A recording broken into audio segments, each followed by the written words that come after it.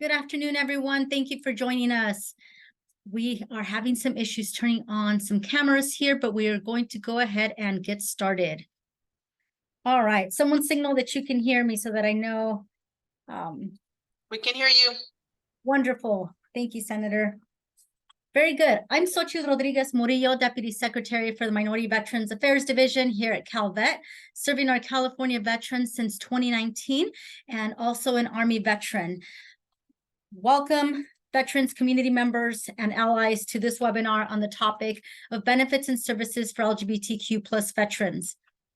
This year, we celebrate the 12th anniversary of recognizing the contributions of LGBTQ plus veterans. And this year's theme is Beyond the Act, Ongoing Victories and Challenges for LGBTQ plus veterans post-repeal.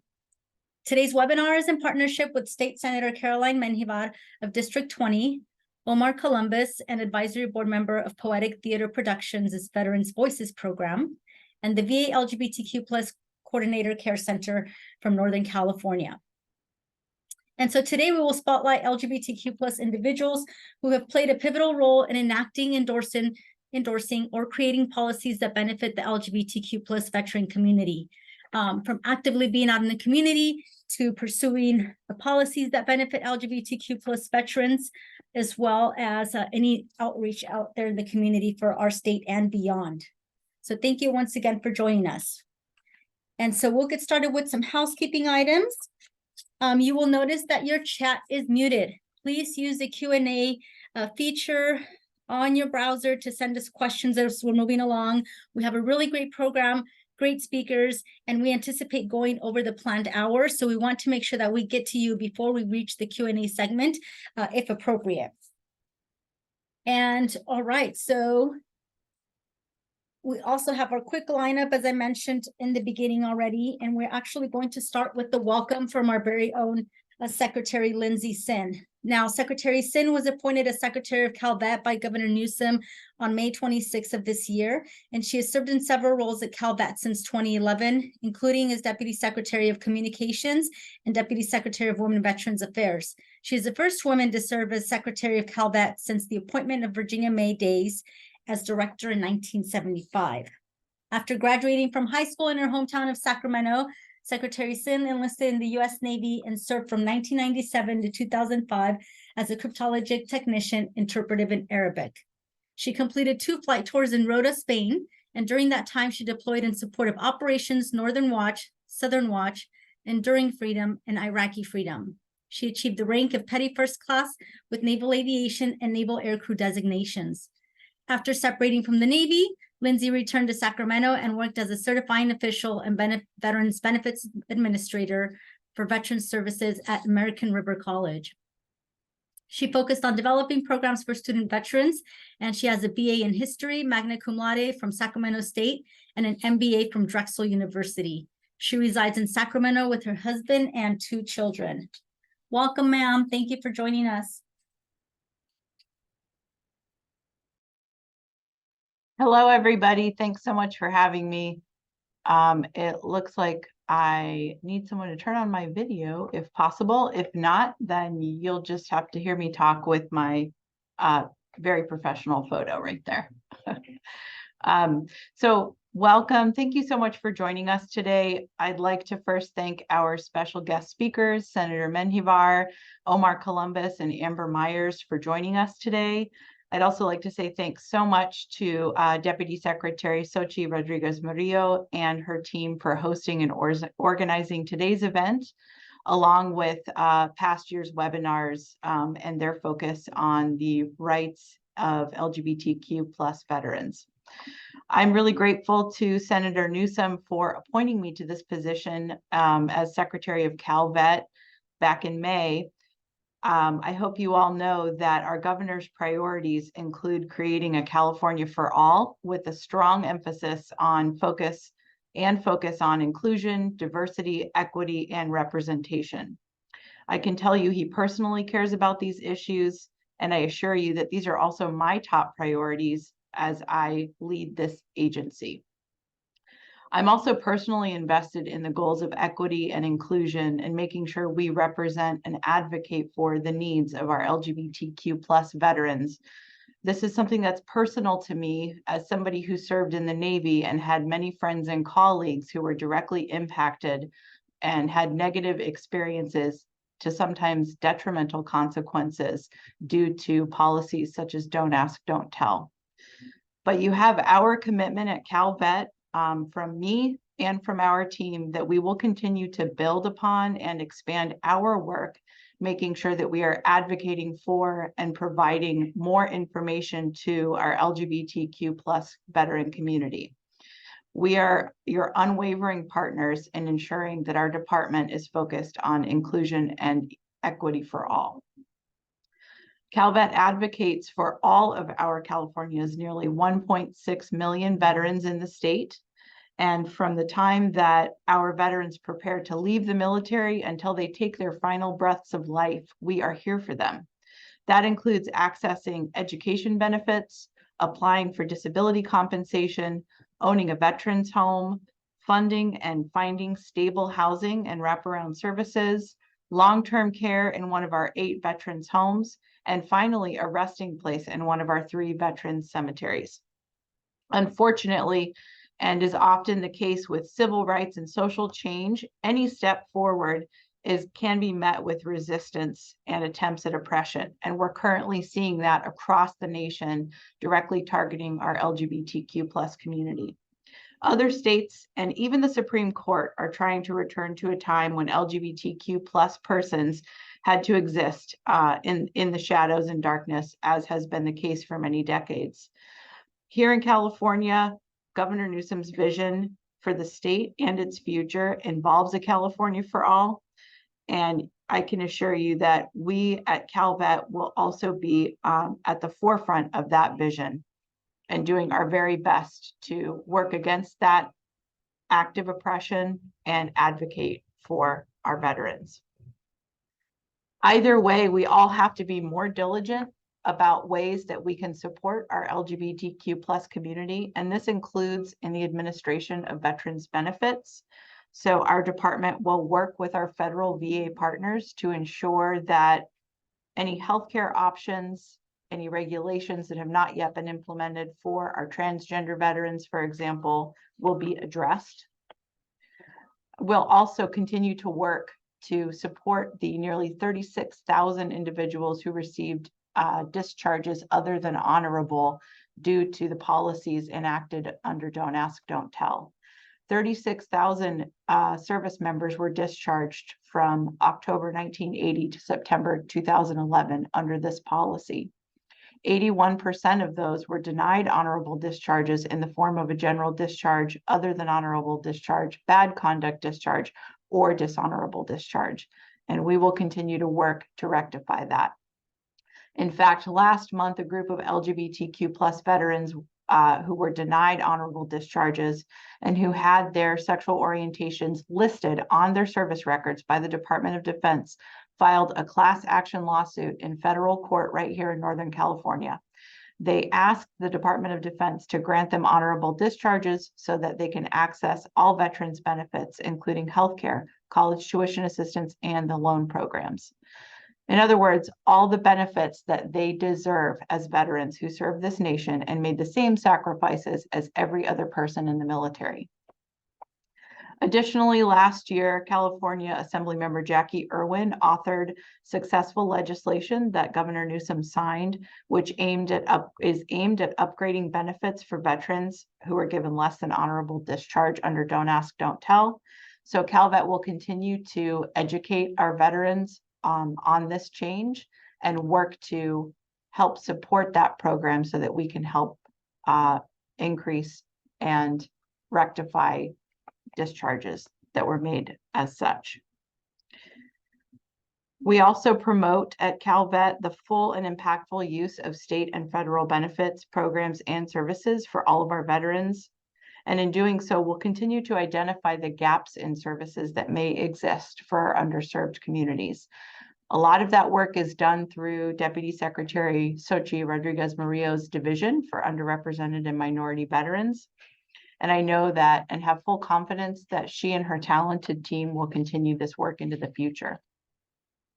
So with that, I would like for for you to finally know, of course, as I close out my remarks, that we are here to support your needs as California veterans, of course, first and foremost, and that we'll be continuing to listen to what our LGBTQ plus veteran community wants and needs here in California, and work to advocate for access to benefits and the continued respect and honor that you deserve as fellow veterans. So thank you again for attending this webinar, and please keep in touch with our department so that we can meet any of your needs as veterans in our California community. Thank you. Thank you, ma'am. We appreciate your time today. Very well said. We're here to serve our veterans and promote and do everything we can for their well-being. Folks, for whatever reason, Zoom is not allowing us to turn on the cameras. So as we try to figure out those issues, please know that we're going to be limited to the slideshow. So we do apologize for that in advance. Thank you so much. All right, we're going to go ahead and welcome our partners from the VA. Our very special partner is Amber Myers, who is the LGBTQ plus veteran care coordinator. She is a distinguished figure in the realm of social work, currently serving as a social work supervisor for inpatient medicine at the VA Northern California healthcare system. Her dedication to the welfare of veterans extends further, as she also serves as the LGBTQ plus veteran care coordinator. And I know she has another title, which is what we meant to insert in here, but she focuses on delivering inclusive and tailored care to that community, and she's deeply connected to nature. She enjoys hiking with her 4-year-old Vaisla, and she also enjoys hands-on do-it-yourself home projects, improvement projects. Her love for the outdoors is mirrored in her role as an avid flower gardener, where she cultivates beauty and serenity in her surroundings. Amber's multifaceted interests and commitments reflect her dedication to her profession and nurturing her environment and personal well-being. Amber, thank you for being with us today, ma'am. Hi, good afternoon. Thank you so much for that introduction. I didn't know if you were wanting me to share my screen, or I can do that if you'd like. Yes, ma'am. I believe we are going to have you Okay. share your screen. Thank you. Okay, let me pull this up here. Okay, can you see my slides now? Just my presentation? Yes. Okay. All right. Again, good afternoon. Thank you for having me. My name is Amber Myers. My pronouns are she, her, and I'm an LCSW and the LGBTQ Veteran Care Coordinator for the Northern California VA healthcare system. A little bit about me. I've been a social worker at the VA since 2015, and I've worked at multiple different VAs, including Oklahoma City, Long Beach, and West LA. I'm a newlywed to my wife, Christina. I have 3 amazing children and a brand new grandson. And like you mentioned, we do have 2 of the best dogs on the planet. So they bring us a lot of joy. I've served here in Northern California as the LGBTQ VCC in a collateral duty since June of 2022, so just over a year. So as all of you probably know, the Department of Veteran Affairs was created in 1930 and has always served all who serve. However, during Don't Ask, Don't Tell era, it was difficult to meet the needs of LGBTQ veterans, as most were used to hiding parts of their lives and not able or wanting to disclose important information impacting their health care. So it wasn't until the end of Don't Ask, Don't Tell in 2011 that the VA was able to create the LGBTQ health program, which started the following year in 2012 to start building programs specific for the community.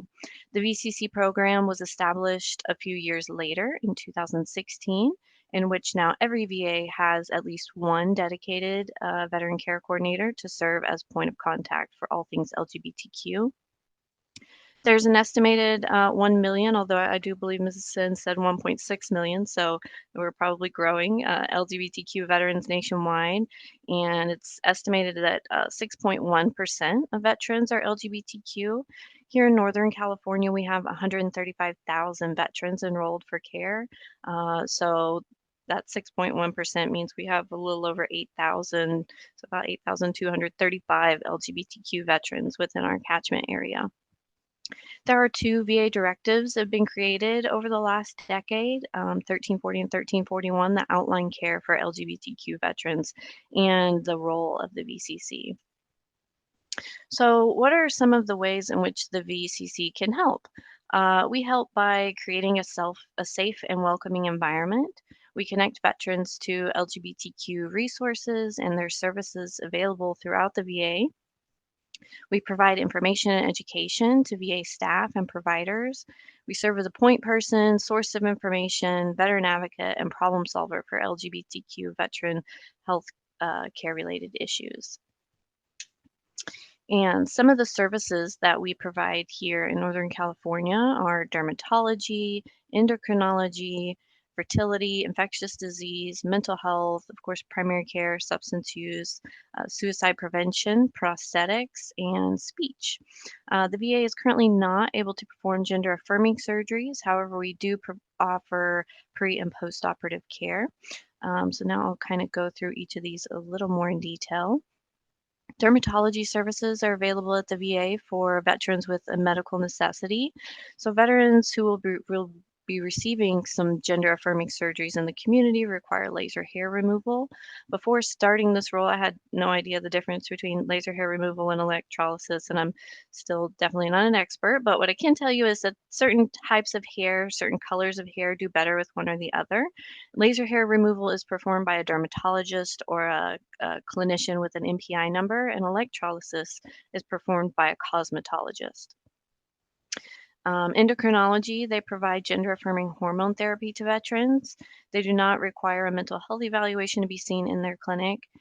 There is a little bit of a wait, and generally I advise, if a veteran's being seen in the community already for endocrinology, that they, continue to do so until their VA appointment to switch over their care. Some veterans prefer to be seen at VA and others in the community, and either way, the VA can get them set up with that.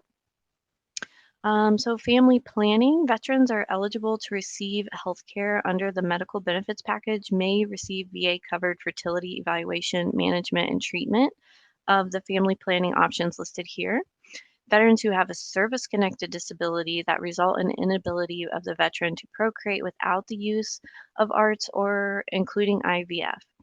The spouse of such a veteran authorized to receive IVF may be provided with fertility counseling treatment that is available under the medical benefits package. So there's a lot of nuances here to fertility. So for direct questions, you can always reach out. We can navigate that system together. There's also two VHA directives, 1332 and 1334, that cover the specifics on fertility evaluation treatment if you would like any more information or guidelines on that. Behavioral health. Northern California offers several mental health groups for LGBTQ veterans. The Rainbow Vets LGBTQ Wellness Group by Dr. Bailey Madison, or Dr. Madison Bailey.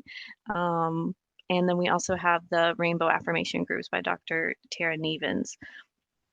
And just recently, here in Northern California, they've created the Gender and Sexual Minorities Clinic to help with medication management, group therapy, individual psychotherapy, and assessments and evaluations. Suicide prevention, LGBTQ veterans experience stigma and discrimination, which can definitely affect health. LGBTQ plus veterans are 2 to 3 times more likely to engage in suicidal behavior compared to the heterosexual counterpart veterans, and transgender veterans are up to 20 times more likely to engage in suicidal behavior than cisgender veterans. So LGBTQ veterans deserve appropriate and affirming care. We want to make sure that all LGBTQ veterans know that they are welcome and expected at the VA. And of course, as always, we have our Veterans Crisis Line available 24/7 with suicide prevention, follow-up, and help. All right, so infectious disease, primary care, and substance use treatment programs are available to all veterans. VA is the largest single provider of HIV care in the United States. The Department of Veteran Affairs leads the country in HIV screening, testing, treatment, research, and prevention. And we also have our arts program, addiction therapy, recovery services. We support veterans with detox treatment programs, inpatient and outpatient. And of course, our primary care teams here at Mather, any of our CBOCs throughout Northern California. Prosthetics are also available. Prosthetic devices allow for an individual to alter their body temporarily to appear more binary male or binary female. These devices assist veterans in being able to have the flexibility to explore gender expression and can help to reduce body dysmorphia and the psychological distress associated with gender dysphoria. Listed here are the prosthetics devices we have available. Over the last several years, the National LGBTQ Health Program has been working to increase the number of these items that a veteran can be issued each year. And so we've come a long way in being able to provide these items to veterans. Speech, or our GAPS program, which stands for Gender Affirming Program of Speech. Speech pathologists we have out of our Martinez location near the Bay can see veterans in clinic or via telehealth. They work on voice care, breathing techniques, the loudness and power in your voice, pitch, all kinds of things. Here are some of the outreach events that we've been able to do over the last year. We hosted a booth at Pride, and we had a big group that walked in the parade. We had a health fair at the end of June here at Mather. We're just kind of getting started this year and creating some of these events and trying to pull more veterans in to our campuses. So we did a lot here locally in Sacramento, but we definitely plan to reach out to all of our CBOCs and be doing events all over. So in Redding, Chico, Modesto, Stockton, we cover all of those areas. This is another event that we had in celebration of Transgender Day of Visibility. We had a resource fair. We had a really great turnout. This was our first event of this kind. And again, we hope to do more and increase our numbers of veterans coming to the campus. And lastly, the VA's, ongoing mission to be inclusive, veterans are now able to update some of their personal information via the va.gov website, like their gender identity and their name. And the software that the VA uses receives these updates as well. And so that when they come in, they're being addressed appropriately. And if you have any further questions or you'd like to connect, please feel free to reach out to myself or my co-VCC Elizabeth. Here's our contact information as well as the VA LGBTQ website link. And that is all I have for today. Thank you so much. Amber, thank you so much, ma'am. And look at us, we are live. We finally have a camera. Thank you to Ricky and Jose, the team that are on the other side managing the controls, and to the Greater Power Zoom, who was not allowing us in. So we appreciate all of your patience, and we're going to now go ahead and move on to our other guest visitor and champion for LGBTQ veterans herself. Congratulations, Madam Senator, on your election. And so I'll go ahead and properly introduce you. Senator Caroline Menjivar was elected to office in 2022 and represents California's 20th Senate District, encompassing Burbank and the San Fernando Valley. She is a daughter of Salvadoran immigrants and was born and raised in the communities she now serves. Initially, Senator Menjivar aspired to be a firefighter, but a hiring freeze led to her to change her course, and she joined the military and served in the Marine Corps from 2009 to 2016. Before the repeal of Don't Ask, Don't Tell, she was forced to hide her sexual identity and girlfriend, now her wife. Upon transitioning from active duty, she attended a Master of Social Welfare program at UCLA while working as an EMT and as a fellow on the LA Mayor's Gender Equity Team. She is the chair of the Budget Subcommittee on Health and Human Services and a commissioner for the California Commission on the Status of Women and Girls. Guided by her deep-rooted commitment to service and influenced by her lived experiences, Senator Menjivar is dedicated to championing policies that elevate Californians and her community. Welcome, Senator Menjivar. Take it away. We appreciate you. Sochi, thank you so much. I appreciate it. Good afternoon, everybody. It is really so great. I'm always excited when I'm amongst my military family, right? It's always extra special, and it's such an honor to be able to address all of you as we mark 12 years since the repeal of Don't Ask, Don't Tell, not just as a state senator, but as you heard, as a proud lesbian Marine Corps veteran. So what does this all mean? What does the 12-year anniversary mean? And I want to spend a little bit of time with you to share what it means to me and what it is, how the impact has had within our LGBTQ plus movement, and how much more work we need to do. You heard that I served in the Marine Corps from 2009 to 2016, and I am lucky to have only had 2 years of Don't Ask, Don't Tell in my service. But that, while short, was enough for it to have left a bad taste in my mouth. Before I joined the Marine Corps, I was no stranger to having to hide who I was. Being raised in a strict Christian family that will do that to you. I had to hide. I had to, what I call, code switch, to be able to survive in my family. And those skills is what helped me navigate in the Marine Corps, having to code switch once again, right? However, in the Marine Corps, I felt it was more of like a nonstop code switching. At least with my family, it was only when I had to see them. In the Marine Corps, there was no escape. I could not slip on the pronouns for fear of losing what I had grown to love.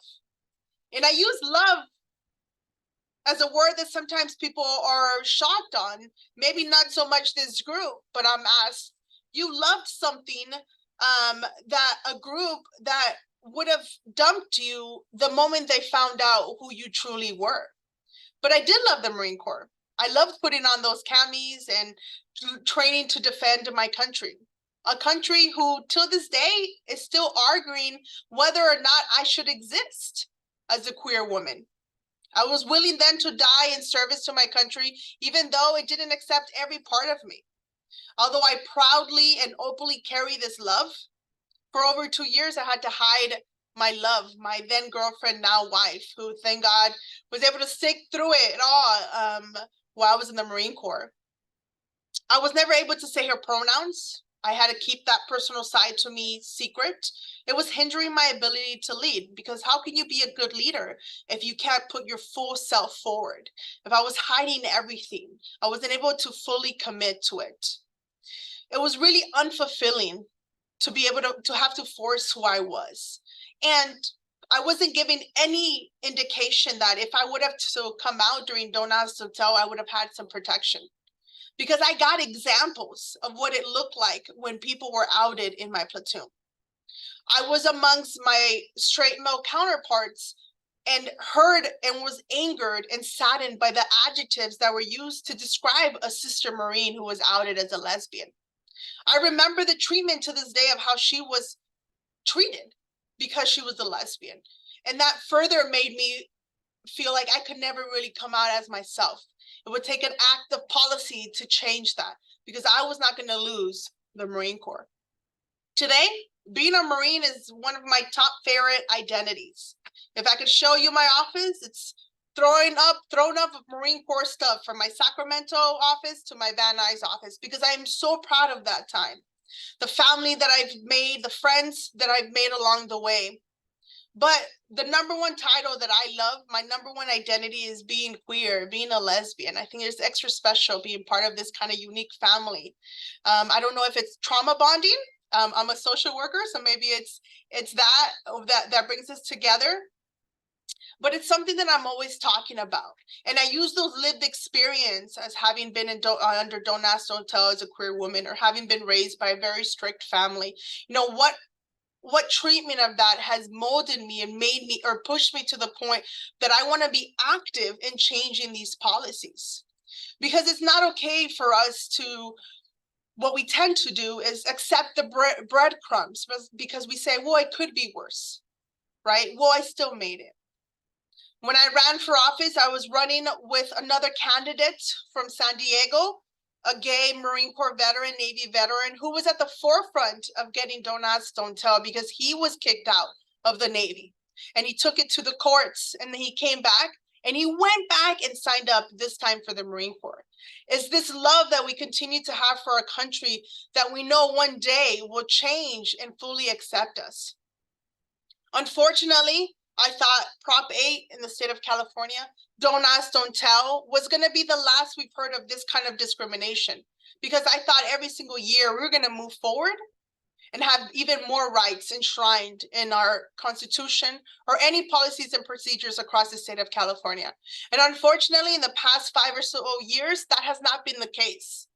Because then we saw in 2019, the previous administration trying to ban my transgender military family from serving at a time where we don't have a draft, where we don't have people lined up, aligned on the recruiting offices to sign up to go to God know where for someone else's war. I am glad that in 2021 that was repealed, but we continue to see, as you heard of some of the services that are offered from VA, we're still short on some other services. And this goes beyond the VA. There are so many things that we need to do beyond that, because we're not in, well, some of us are in throughout our whole careers, but we do get out. So what are we doing after you take off that uniform and you wear an invisible uniform? You know, some of the things I'm working up in Sacramento have to deal with this.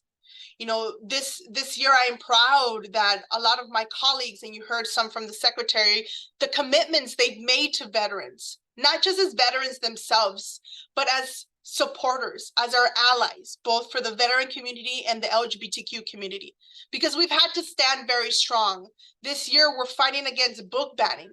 We're fighting against really literally just existing as an LGBTQ plus individual. We are 12 LGBTQ plus caucus members strong, the most we've ever seen in the United States, because we represent the 10% of the population that is queer. And even with those 12 strong, we've never seen this kind of hate that we in a decade or so. But we're standing strong with our allies to ensure that we're not going to go backwards. We're happy that our bill, our priority with the caucus for banning book bans passed.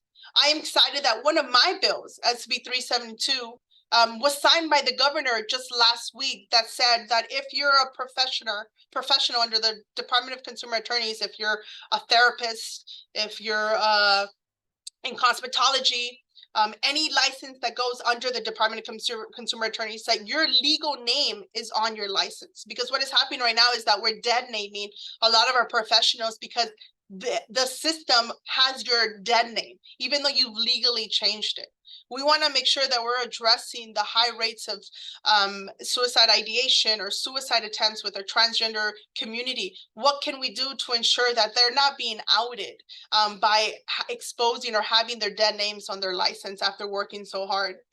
And we sent 12 bills to the governor related to veterans and the intersectionality that has to do with that. You know, some that include ensuring that funding is added to the behavioral health infrastructure bond of 2024 for building, renovating, improving permanent supportive housing for veterans and their families. I represent LA County. You all know, we all know, this is the heart of where our unhoused veterans are. It's a call that continues to be called upon, that we still haven't been able to answer completely. But there's a lot of amazing people doing the hard work to ensure we are addressing that.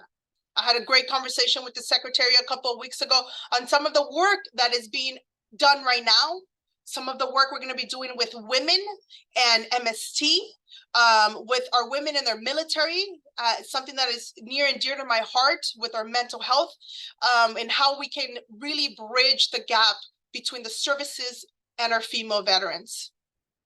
We're dealing with issues on how to ensure that our disabled veterans are really getting the tax exemptions for their house. Being on the military and veteran committee for the Senate has really allowed me to be at the forefront of these conversations, ensuring that we are not forgetting our heroes, ensuring that we're we're finishing our promise to take care of them once they take off that uniform. It's an honor to be in the state Senate. I'm the only Marine Corps veteran up in Sacramento. You know, I think there's something special about that, but I don't want to be the last one, or I don't want to be the only one. I need more veterans up in Sacramento.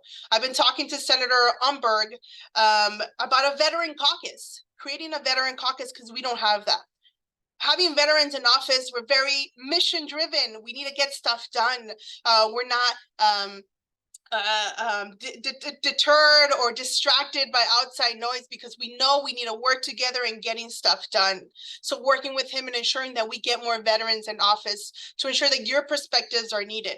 Because being in Sacramento, I turned to being queer, I turned to being a woman, a Latina, a veteran. Those identities come forward and mold my policies. It's those lived experiences that help push for policies. So if we don't have the representation, not everyone's going to be accounted for.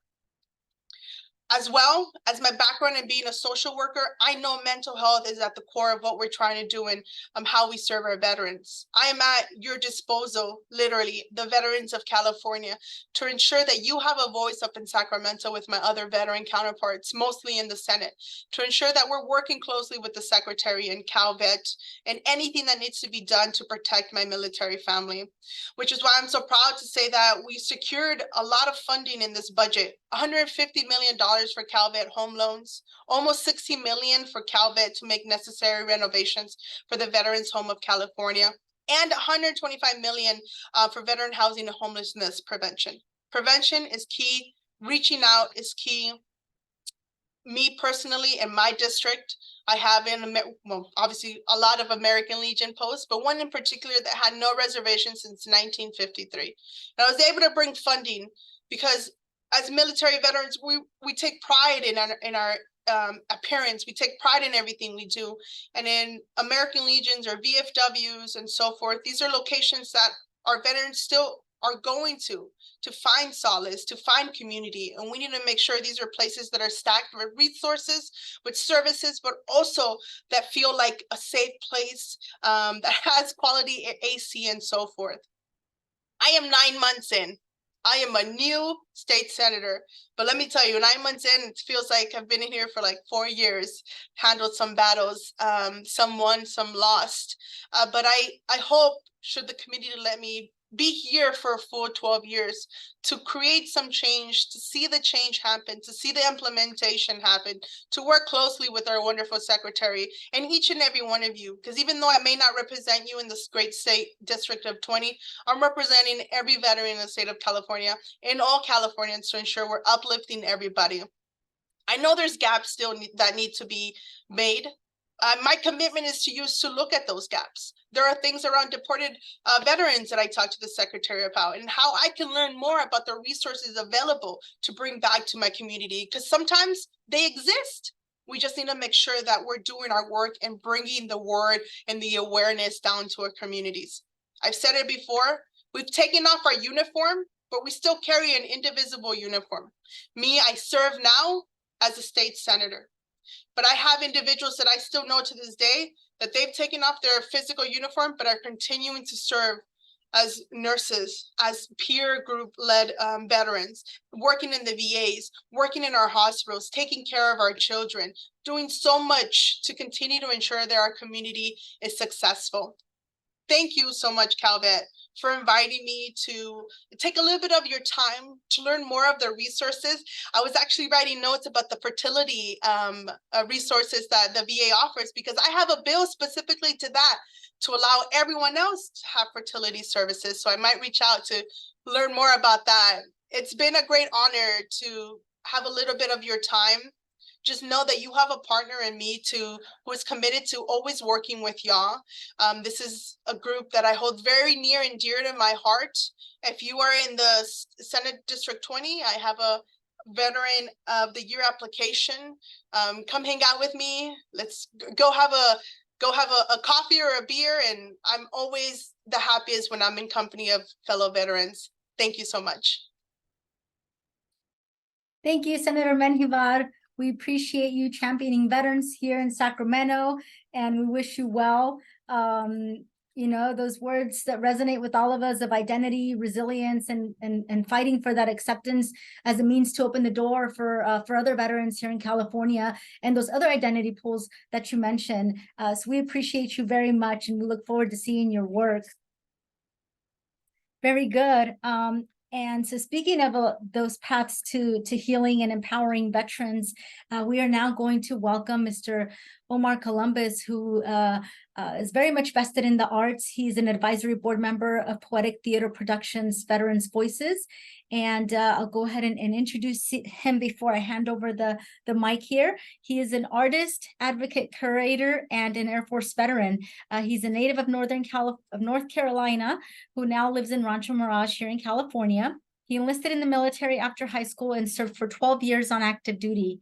In Operation Iraqi Freedom and Enduring Freedom veteran, he sought healing and comfort from PTSD through his creative poetry and photography. After being medically discharged from the military in 2007, Omar moved to New York City, where he lived for 14 years. He is a Brooklyn College graduate who has written and performed poetry around New York City, New Jersey, and now California. In 2017, he began to find his calling as an artist and an advocate for art and veterans. And in 2018, he appeared on Robin Roberts' YouTube segment, Thriver Thursdays, which is on Good Morning America, to talk about coping with PTSD through his poetry and art therapy. And in 2019, he began writing poetry about his time in service with an organization called Poetic Theater Productions Veterans Voices. He has read his poetry at the Geraldine Dodge Poetry Festival, the New York City Poetry Festival, the New York Historical Society, the Intrepid Sea Air and Space Museum flight deck, and on the steps of our very own state capitol here in Sacramento. And in 2020, he curated a show of veteran artists from across the nation, an exhibit that was titled From There to Here, Military Veterans Experiences. In 2021, he wrote his very first stage play, Soju, which premiered at a Veterans Voices Rites of Passage Theater Festival. And since moving to Coachella Valley in 2020, Omar has facilitated empowerment writing workshops for all veterans with an organization called Women Veterans Empowered and Thriving. He also performed his poetry around California with the Vet Art Organization based out of Southern California. And he was recently selected by the Americans for the Arts Organization to advocate before Congress in Washington, D.C. to promote funding for veteran arts programs in the Coachella Valley. Omar's on a mission to help veterans express themselves through art, writing, storytelling, and community. And Omar was very much willing to come on board and tell us more about what work he is doing and all the great projects he is leading here in our state. Welcome, Omar. Thank you, sir. Thank you so very much. I'm so glad to be here. I'm going to share my screen real quick.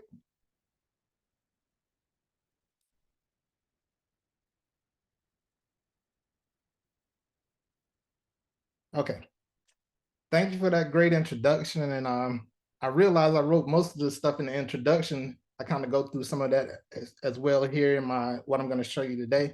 Today, I just want to show a little of my background, share a little bit of my background, a little bit of my art, and I want to recite one of my poems at the very end for you. All right. Back 12 years ago, I'll never forget this moment. My best friend, he's a Marine Corps veteran. He was discharged on the Don't Ask, Don't Tell. And 12 years ago, I flew out to Chicago to be with him for the celebration. Chicago celebrates the repeal of Don't Ask, Don't Tell. He is one of the strongest people I know, my friends, the Marine Corps veteran. I asked him, how did it feel? And he said, he told me this, he said, could you imagine what it felt like to be treated worse than people who have done crimes? All because he was found to be LGBTQ. His command, they forbidden him to do his work on a daily basis. He worked in admin, so he saw other Marines that were getting discharged for drinking and driving and other crimes, that they were being treated better than what he was for being LGBTQ. And now I'm gonna go here. Just now I'm gonna tell you a little bit about myself. Like I said, I was from originally a small town here, Washington, North Carolina. This town has about 9,000 people in it. It's a small coastal town just on the inner banks of North Carolina. I remember growing up as a kid, just waking up every Sunday morning. We had to go to church. Everybody had to go to church. And I'll never forget at 9 years old, went to church with my uncle one day to men's fellowship. And all the men were in the church. And that was the day when the pastor started talking about sissies. And I didn't know what a sissy was, but I knew he was talking about me. And from that moment on, I was scared of every male in my life because I thought they wanted to beat it out of me or kill me. North Carolina was kind of tough growing up. I didn't have much support. I stayed in the closet my entire youth growing up, and till I turned 18. And I had to get out of my southern town. I didn't have a way out. I was smart, but didn't have any way to support myself through college, so I joined the Air Force. In the Air Force, I became operations intelligence analyst, which was one of the most amazing things that I had ever experienced in my life, because coming from a small town, growing up on a tobacco farm, now getting to tell F-15, F-16 pilots where to go, how to fly, which bomb to drop. I could never, ever in a million years imagine that I would do something so important coming from my town. And throughout this time, just serving under Don't Ask, Don't Tell, it was just so many things. I served all 12 years on the Don't Ask, Don't Tell, and there were so many things like playing the pronoun game and just trying to stay out of trouble. I remember the first time I ever went to a gay bar. I was stationed in South Carolina, and we parked over a mile away from the bar just so nobody would see our base stickers and our license plate and some kind of way get it back to the base that we were out at a gay bar.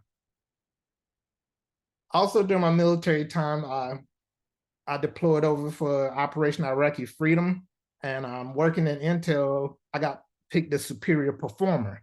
And as one of my rewards, I was allowed to go out to the bomb dump and take a white marker and write messages on the bombs to Saddam Hussein. And I still struggle with that to this day. It was the coolest thing I did at that moment. But now looking back, as I briefed the pilot on where to drop that bomb and the collateral damage that was left over, I'm still haunted by that every day of my life. And through art and poetry, I've been able to, especially poetry, I've been able to take words like bomb and war and dissect those words so that they're not harming me in a bad way, and find a creative way through my poetry to express what I was going through and I was feeling. After, as many of you can know, as soon as I was discharged, I was medically separated for a seizure disorder, which later turned out to be post-traumatic stress disorder. Just being over-medicated, and I was so numb, I couldn't tell who I was anymore, and I just had to find another outlet versus taking tons and tons of medication just to calm my nerves and keep me calm. So after military, I moved to New York City, and I attended college, and I was going to go to college at first to be an actor because I missed the thrill of being in front of generals and briefing pilots. So I went to be an actor, but ended up moving over to art, and I got a BFA in fine art through Brooklyn College. And then while I was there, I started picking up a camera and started doing street photography. And I realized that through street photography, it was an amazing thing for me because I didn't have to talk to anybody. I could just pull out my camera and just watch interesting people on the subway and all of the things around me in New York City, and I can capture them. And the other thing I liked about photography was when I did want to speak to someone, I can go up and do portraits and do one-on-one and interact with them, but I had the camera as a buffer. So it wasn't as if I was just interacting as myself, I could interact with them as a photographer. One of the things, one of my passion projects I started to do once I got into college was to go back down south to North Carolina and take pictures of the Black church, the pastors, and all of the pain that I was suffering from as a kid. I found a way to heal from that by making beautiful portraits of pastors every time I go home to North Carolina that they're now hanging up in the back of their churches. So in a small way, no matter how the pastor may have felt about me or my lifestyle, they love the photograph that's hanging up in the back of the sanctuary. So that's been one of the ways I've used my photography to heal just some of that initial childhood trauma that I grew up from experiencing from 9, 10 years old. I also started producing some artwork, walking around New York City, capturing some street photography. And luckily, I got to a position where these photographs I started to take, I started printing them out and submitting them to gallery shows around New York City. And to my amazement, I started getting into the gallery shows and started selling this work. And it just took my whole life to another level, because the same thing, just being gay and scared of who I was, just basically it fulfilled everything by finding my passion and finding a way to push through that. I started doing some, basically some, a series of portraits where I used the face and the city, and it kind of combined both of those things that I said that helped me. When I wanted to stand off and just take pictures of the city, I could, but when I wanted to get close to people, I could do portraits. So this is a series that I was doing that was blending those images together. And I call this image right here, New York State of Mind. This is another one of my images that I created with photography, blending the city and people that I cared about. This was one of my best friends when I moved to New York. His name is Cord, and I call this image Cord of Brooklyn. Cord was there to listen to me when I was going through my PTSD, and I didn't feel that nobody understood me. So just once again, this is one of my passion projects of using things that help me pull through to keep going forward. And this is one of my more recent images that I just showed in a gallery here in Palm Desert. I call this one here Broken Promises. And basically, this is a story of veterans coming out and fighting the VA, trying to get their benefits, and just how many brick roads you hit when you're trying to get your benefits, and how you almost want to give up on everything. So I created this image to try to express that. Now that brings us to my poetry side. And like I said, poetry definitely opened the doors for me in a way that I never would have imagined. I started back in 2018, started speaking with writing poetry with Veteran Voices. I started out as just one of the participants in there. Then I worked my way up to being a facilitator, that now I help facilitate the workshops. And now I'm also on the advisory board committee for Veteran Voices to give them ideas of new creative workshops that we can put out here for the veteran community.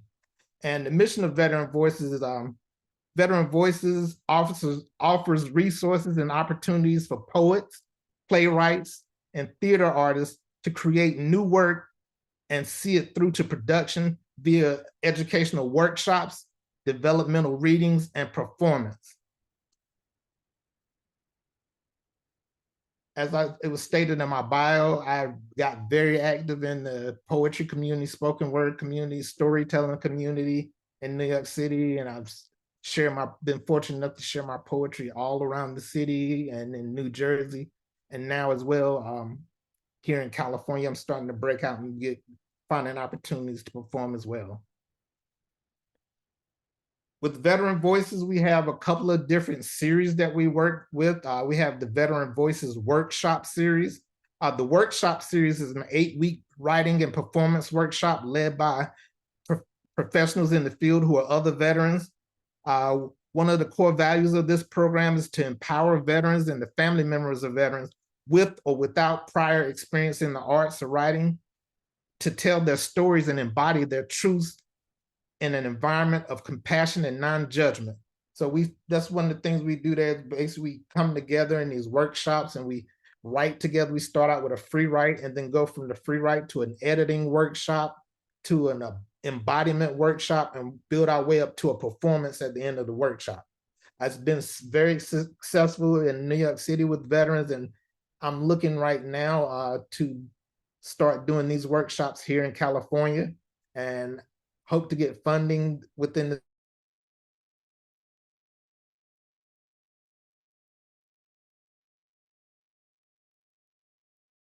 they started the very first playwriting workshop.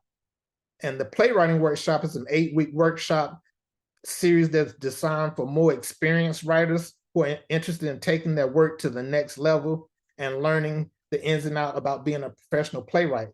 Poetic Theater Production partnered with the New York Theater Workshop, and through this workshop, they have a professional playwright that runs the 8 weekly workshops with the veterans, giving them ideas and coaching them through the writing of their scripts. And at the very end of it, we have a public share. And for the public share, we have professional actors reading the scripts of veterans. And it's such an awesome exchange and experience through the feedback that we get from each other. And hopefully I'll get to bring this experience out here to California as well. One of the fortunate things that I got from that was back in 2021, I premiered my very first short play I entitled Soju. Soju is the story of Amir. Amir is an Air Force guy stationed at Osan, Korea, and he goes off to a weekend in Seoul. This is set in the year 1999 going into 2000. And this night he went up to Seoul and having shots of soju, and he meets this guy named Sarge, and they intertwine throughout the night and dance, and then it comes with a crazy twist at the end. And I'm so grateful to get to have had the opportunity, been able to write and share a story that was loosely based off of some of the events in my life. I'm grateful for Poetic Theater being able to do these type of workshops, and hope to get these in front of more veterans so that they can write their stories and produce plays as well. One of the great things, one of the great workshops that I got to pull together was a workshop called You Ask, I Tell. I had suggested this to the board of Poetic Theater Productions because I was telling them about what it was like for me serving for 12 years on active duty under Don't Ask, Don't Tell, that nobody ever asked me, what was it like? How did it feel? And this Untold Story workshop, it was a workshop, an 8-week workshop where we partnered 5 LGBTQ teens with 5 LGBTQ military veterans. And basically through this workshop, they engaged in conversation and interviewed each other, and wrote a spoken word piece to perform together at the very end. This went off very amazing. We got a lot of support from this when we first started it, and we hope to carry this on in the future because the benefits that we got from just presenting this artwork was incredible. And from that artwork, I've now, after the workshop ended, the teens that were in the workshop wanted to continue writing. And so now I volunteer every second Tuesday of the month. I partner with the Brooklyn Public Library, the Brooklyn Heights branch, and I lead an LGBTQ+ teen empowerment writing workshop. And this workshop has definitely been just amazing in my life because for the first time, I get to be something for teens that I didn't have when I was growing up. I give the teens, start out giving the teens a prompt, and they do a free write. And just the amazing artwork that comes from these teens is just amazing. And it gives me hope for the future. Even though things look bleak right now and there's a lot of hate towards the LGBT community, the teens, this new generation of LGBTQ teens are gonna take the lead and they're gonna change the world, and I'm excited for it. Now I just want to tell you a little bit about some of the awesome things that happened for me while I was in New York City. I was picked by a celebrity photographer. His name was Mike Ruiz, and he picked me to shoot a celebrity fashion spread for a brand new magazine that was coming out the summer of 2019 called Cool America Magazine. And Mike Ruiz is an LGBTQ photographer. He's big a big time advocate for LGBTQ issues. And I'm just so grateful that he took me under his wing to be able to do this high fashion shoot, something that I never would have thought I would have been able to do before until he reached out to me. And one of the awesome things is I was just supposed to shoot the fashion model in this magazine. But when we got to the editor and I was dropping off the pictures and I was telling him who I was and a little bit about my story, the editor decided to put a 4-page spread about me and how poetry and photography basically saved me. And he put that in the magazine as well. And one of the highlights of my whole entire career so far was when I got to speak to Robin Robertson, talk to her on her segment called Thriver Thursdays. Thriver Thursdays was a segment of people who are just thriving in spite of. And I was glad to share information that I was doing with my poetry and photography with a larger audience, and grateful for her support. And her father was a Tuskegee Airman, so she definitely connected with the veteran community. Now, one of the things that I'm very proud of now, as well as I've curated 3 art shows in Manhattan that were shown on Fifth Avenue. And the greatest part of it is I got to curate veteran artists from all across the country. And what's interesting to me is a lot of time veteran artists are allowed to show their work most of the time at like a VA setting or either some military setting. To be able to provide this opportunity for veterans to be able to show their work in a real gallery on Fifth Avenue has just been life-changing for so many of the veterans that have been included in this experience.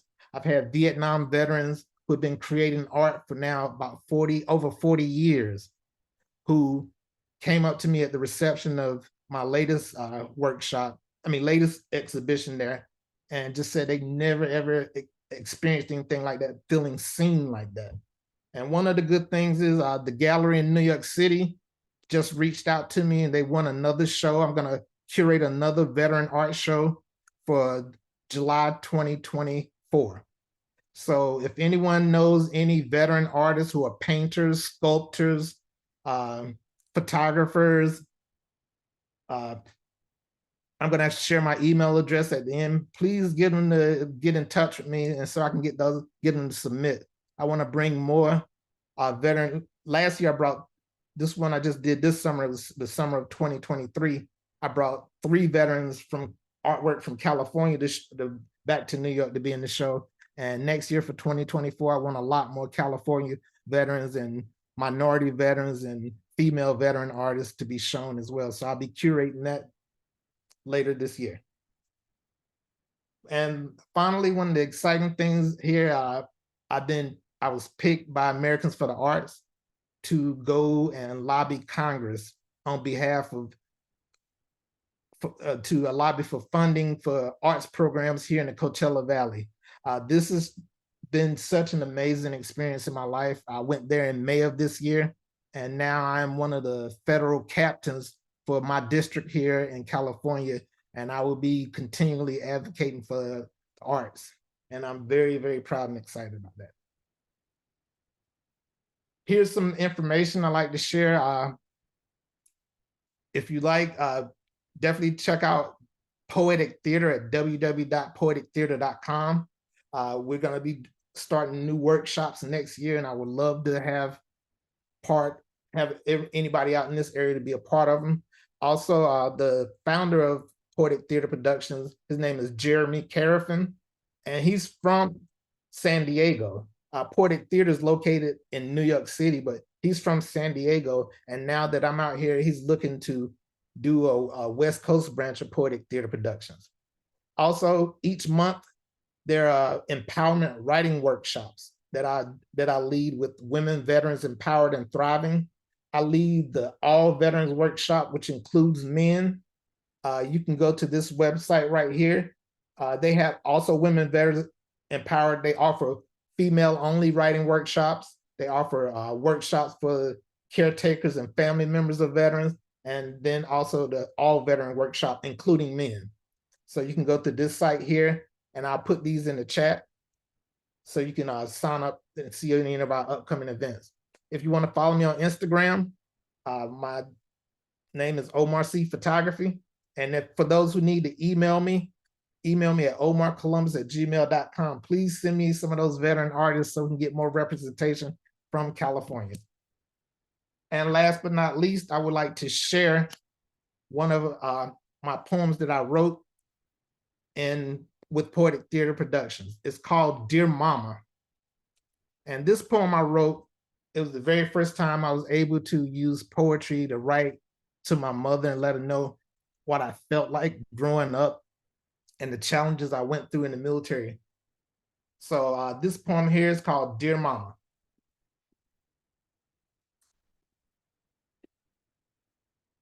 A scared little second grader is where it all began.